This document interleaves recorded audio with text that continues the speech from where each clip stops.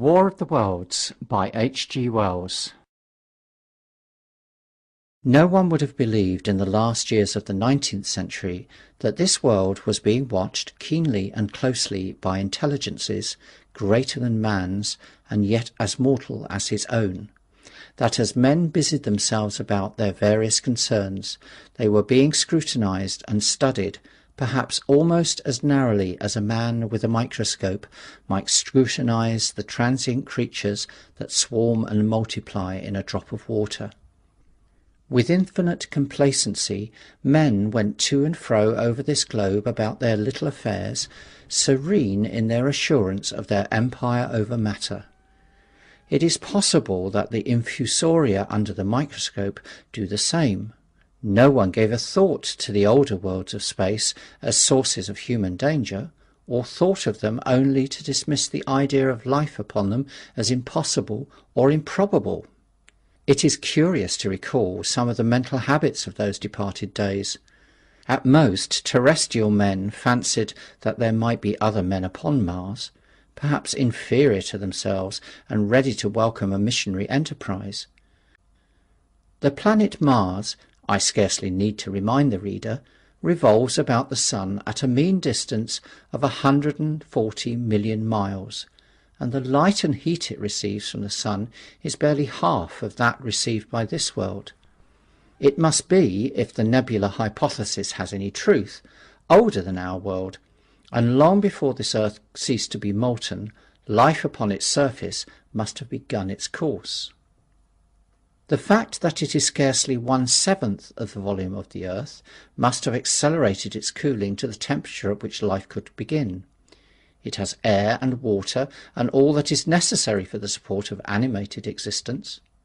Yet so vain is man and so blinded by his vanity that no writer up to the very end of the 19th century expressed any idea that intelligent life might have developed there far, and indeed at all, beyond its earthly level.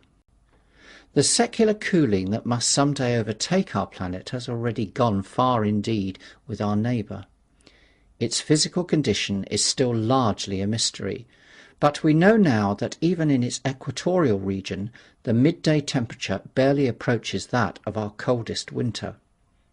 Its air is much more attenuated than ours.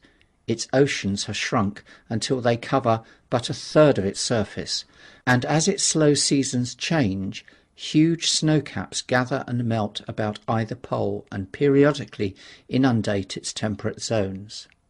That last stage of exhaustion, which to us is still incredibly remote, has become a present-day problem for the inhabitants of Mars. The immediate pressure of necessity has brightened their intellects, enlarged their powers, and hardened their hearts.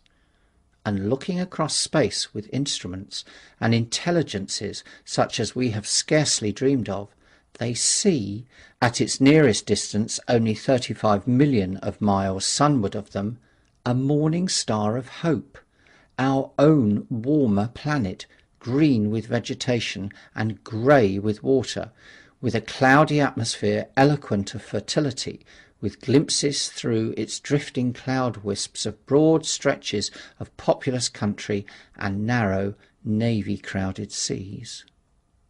And before we judge them too harshly, we must remember what ruthless and utter destruction our own species has wrought, not only upon animals, such as the vanished bison and the dodo, but upon its inferior races. The Tasmanians, in spite of their human likeness, were entirely swept out of existence in a war of extermination waged by European immigrants in the space of 50 years.